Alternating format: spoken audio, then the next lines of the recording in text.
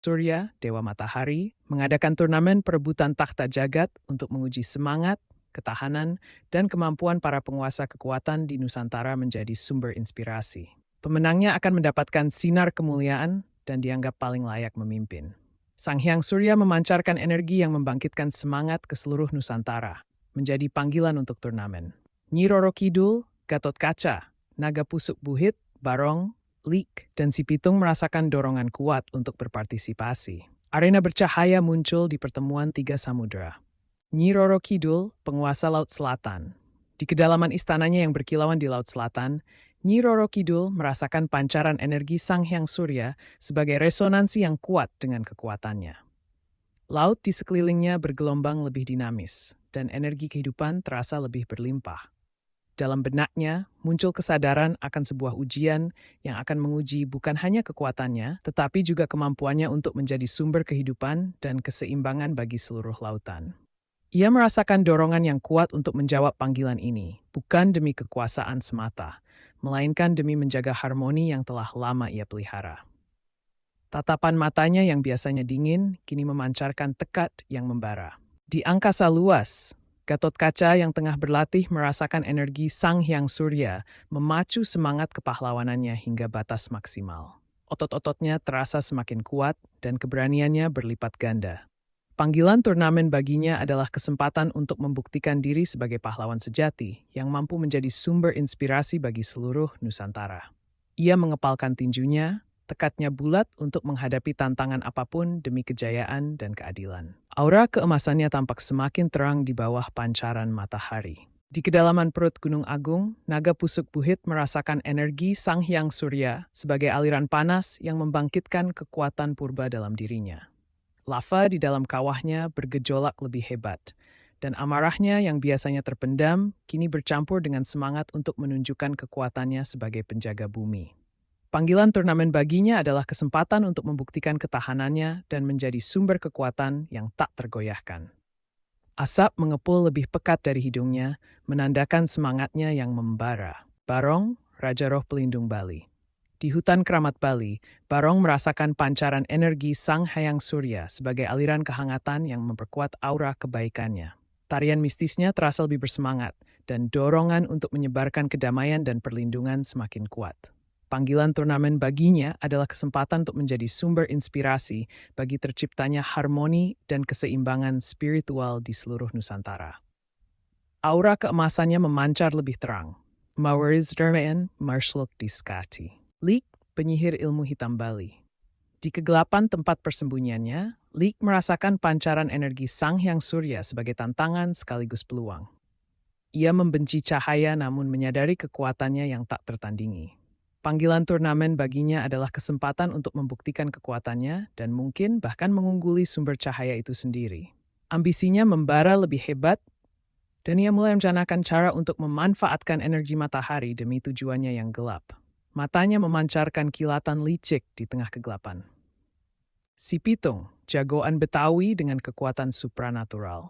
Di perkampungan Betawi, Si Pitung merasakan pancaran energi Sang Hyang Surya sebagai suntikan semangat yang memperkuat tekadnya untuk membela kebenaran dan keadilan. Panggilan turnamen baginya adalah kesempatan untuk membuktikan bahwa semangat manusia yang didasari oleh niat baik juga memiliki kekuatan yang besar. Ia mengepalkan tangannya, siap menghadapi tantangan dengan keberanian dan keyakinan. Auranya memancarkan semangat pantang menyerah. Di pertemuan tiga samudera, sebuah pulau yang sebelumnya tidak ada kini muncul, bermandikan cahaya matahari yang abadi. Pasir putihnya berkilauan, dan energi terasa sangat kuat di tempat itu. Inilah arena perebutan takhta jagat, tempat di mana semangat para penguasa kekuatan akan diuji di bawah tatapan Sang Hyang Surya.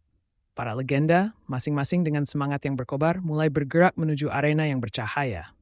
Nyi Roro Kidul membelah ombak dengan tekad yang bulat. Gatot Kaca melesat di angkasa dengan semangat kepahlawanan. Naga Pusuk Buhit menggerakkan tanah dengan kekuatan yang membara. Barong menari melalui alam roh menuju cahaya. Lik menyelinap dalam bayangan, mencari cara memanfaatkan cahaya. Si Pitung melangkah dengan keyakinan, mewakili semangat manusia. Di pulau yang bermandikan cahaya, ujian semangat telah dimulai. Di berbagai penjuru Nusantara, para legenda mulai bergerak. Nyi Roro Kidul memanggil ombak raksasa untuk mengantarkan keretanya. Gatot Kaca membentangkan sayap bajanya dan terbang melintasi awan. Naga Pusuk Buhit menggerakkan tanah dengan langkah-langkah raksasanya. Barong dan para pengikutnya melakukan perjalanan spiritual melalui alam gaib. Lik menyelinap di antara bayangan, menghindari sorotan cahaya. Si Pitung menumpang kapal nelayan, tekadnya membawanya melintasi lautan. Mereka semua menuju satu titik. Pulau bercahaya di empat semustini depanin cerita jiper di bawah tahta tapat Sang Hyang Surya. Pulau arena perebutan takhta jagat bermandikan cahaya matahari abadi. Tidak ada pagi, siang, atau malam, hanya pancaran keemasan yang konstan menyelimuti segalanya. Energi Sang Hyang Surya terasa begitu kuat hingga memicu keringat di dahi para peserta bahkan sebelum pertarungan dimulai. Udara bergetar dengan energi, menguji ketahanan fisik dan mental setiap legenda yang menginjakan kaki di pasir putih berkilauan. Mulai babak penyisihan. Tanpa pengumuman formal, babak penyisihan dimulai. Para peserta secara naluriah mencari lawan. Dorongan untuk menguji kekuatan di bawah cahaya Sang Hyang Surya terlalu kuat untuk ditahan. Gatot Kaca berhadapan dengan Mak Lampir, penyihir legendaris dari Sumatera yang terkenal dengan kesaktian dan kutukannya. Di bawah terik matahari, sihir Mak Lampir tampak sedikit meredup, bayangan yang menjadi sumber kekuatannya terasa tipis. Gatot Kaca dengan energi yang dipacu cahaya matahari menyerbu dengan pukulan-pukulan dahsyat. Mak Lampir berusaha melancarkan mantra dan mengirimkan makhluk halus, namun silau cahaya membuatnya kesulitan fokus. Ketahanan fisik Gatot Kaca di bawah panas yang menyengat terbukti unggul, memaksa Mak Lampir untuk mundur ke area yang lebih teduh di tepi arena. Nyi Roro Kidul menghadapi Bajang Ratu, seorang ratu siluman dari Jawa Timur yang memiliki kekuatan magis yang kuat. Di bawah cahaya yang konstan, Nyi Roro Kidul menunjukkan kemampuannya beradaptasi dengan elemen.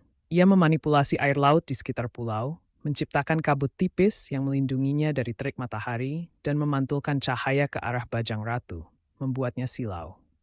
Bajang Ratu, yang lebih mengandalkan kegelapan dan sihir malam, merasa tidak nyaman dan kekuatannya tidak maksimal. Ketahanan Nyi Roro Kidul dalam memanfaatkan elemennya di bawah tekanan cahaya menjadi kunci kemenangannya. Nyi Roro Kidul menghadapi Bajang Ratu, seorang ratu siluman dari Jawa Timur yang memiliki kekuatan magis yang kuat. Di bawah cahaya yang konstan, Nyi Roro Kidul menunjukkan kemampuannya beradaptasi dengan elemen. Ia memanipulasi air laut di sekitar pulau, menciptakan kabut tipis yang melindunginya dari terik matahari, dan memantulkan cahaya ke arah Bajang Ratu, membuatnya silau. Bajang Ratu, yang lebih mengandalkan kegelapan dan sihir malam, merasa tidak nyaman dan kekuatannya tidak maksimal. Ketahanan Nyi Roro Kidul dalam memanfaatkan elemennya di bawah tekanan cahaya menjadi kunci kemenangannya. Naga Pusuk Buhit berhadapan dengan Garuda Muda yang penuh semangat. Kali ini, panas matahari tidak terlalu mengganggunya, justru mengingatkannya pada panas perut bumi. Ia menyemburkan napas api yang semakin dahsyat di bawah terik cahaya, memaksa Garuda Muda untuk terus bergerak menghindar. Ketahanan fisik Naga Pusuk Buhit dan kemampuannya mengeluarkan panas yang lebih hebat dari lingkungan sekitarnya membuatnya unggul dalam pertarungan ini. Barong berhadapan dengan Wewe Gombel, roh jahat yang menculik anak-anak. Di bawah cahaya Sang Hyang Surya, bayangan yang menjadi sumber kekuatan Wewe Gombel tampak lemah dan tidak berdaya. Aura kebaikan Barong memancar lebih kuat di bawah cahaya, menolak energi negatif Wewe Gombel. Roh jahat itu merasa terpapar dan kekuatannya terus melemah, membuatnya tidak mampu melawan aura suci Barong. Selama babak penyisihan, para peserta mulai menyadari bahwa ketahanan terhadap cahaya Sang Hyang Surya adalah kunci utama. Beberapa mencoba mencari area yang lebih teduh di tepi pulau, sementara yang lain berusaha memanfaatkan energi cahaya untuk memperkuat diri atau melemahkan lawan. Nyi Roro Kidul semakin mahir memanipulasi air untuk menciptakan perlindungan dan serangan berbasis cahaya. Gatot Kaca merasa energinya terus terisi di bawah sinar matahari. Naga Pusuk Buhit justru merasa semakin kuat dengan panas yang mengingatkannya pada rumahnya. Barong memancarkan auranya lebih kuat, seolah menyerap energi positif dari cahaya. Lik terus mencari cara untuk menipu cahaya, dan si Pitung mengandalkan semangat dan kelincahannya. Setelah pertarungan yang menguras energi di bawah terik matahari abadi, banyak peserta yang tumbang. 8 nama yang menunjukkan ketahanan fisik, kemampuan beradaptasi dengan cahaya, dan kekuatan yang mumpuni berhasil lolos ke babak selanjutnya. Gatot Kaca, Nyi Roro Kidul,